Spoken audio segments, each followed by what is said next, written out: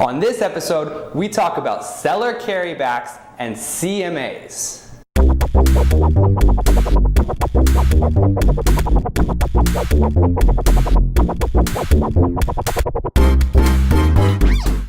What's up, everybody? My name is Jason Cassity with I Sell the City in downtown San Diego. I'm so glad to be back for episode 20 of Ask a Realtor. This is going to be a quick episode. We're starting to get a lot of questions on Twitter using the hashtag Ask a Realtor. I appreciate the feedback. I've got 2 of them for you today, and I'm going to make sure to get another episode out this week to make sure I can get them all answered. So keep them coming. I appreciate the feedback. I look forward to getting more of these out for you. So for now, we're going to get right into question 1.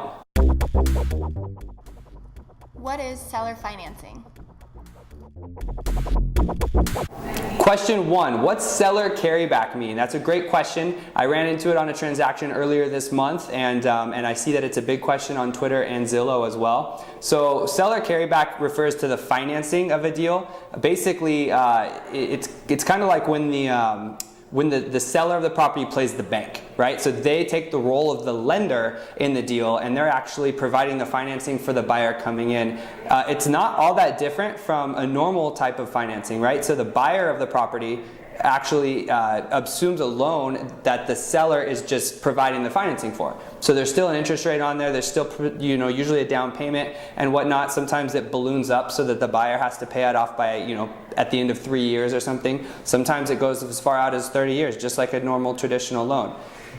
Generally, the loan isn't at the same interest rate as what a bank can provide, though. So there, sometimes it is a little bit different there. But what the escrow company will do is create a promissory note for the seller to remain, and then they'll go in first position, just as if they would, in the case of a bank with a loan. So that's seller carryback or seller financing, kind of interchangeable terms, and that's kind of how it works. The seller takes the role of the bank in that case, and they provide the lending for the buyer. So good question.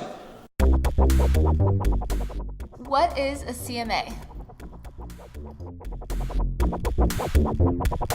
Question 2, what is a CMA? Great question. That is a very common term. It's an acronym here in real estate. It's for comparative market analysis. And so what happens with the CMA is a listing agent will, they'll put together a CMA for their seller right before they sell. And it's, you kind of hear it as comps. A lot of times, or a comp report. Basically, it's a list of all the homes that are similar that have sold within the last 90 days, 6 months, 9 months, 12 months, whatever that may be. Different agents use different time frames for the seller to look at and then determine what the best price to sell their unit as. So that's a CMA, a comparative market analysis. So now CMAs can even vary from agent to agent, because some agents, they may go back 12 months, whereas some other, agents go back 6 months. So they could vary. Some may, have a radius of half a mile from the subject property. Some may go a full mile from the subject property.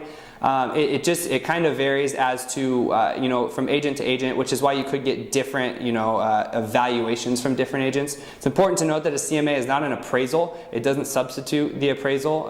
In the case of getting a loan and where you need the lender to come in and order an appraisal, that's not a CMA. This is just an opinion of value from the agent, and the actual CMA is the comps report that you're going to get of all the comps, the sold units in the area, similar to your subject property.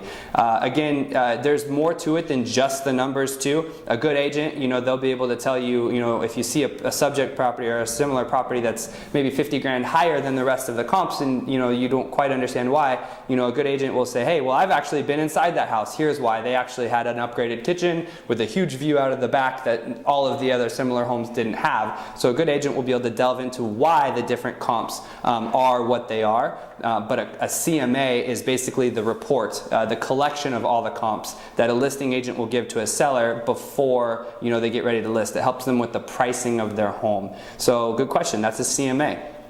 Thanks for tuning in to episode 20. I'm stoked to get to this milestone. I look forward to doing a lot more.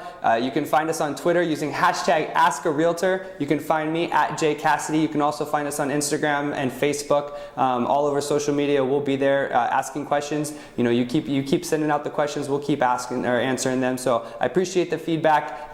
Leave a comment below. Subscribe to the channel if you're on YouTube. If you're watching on YouTube now and you're not subscribed to our channel, please click the button here or click below.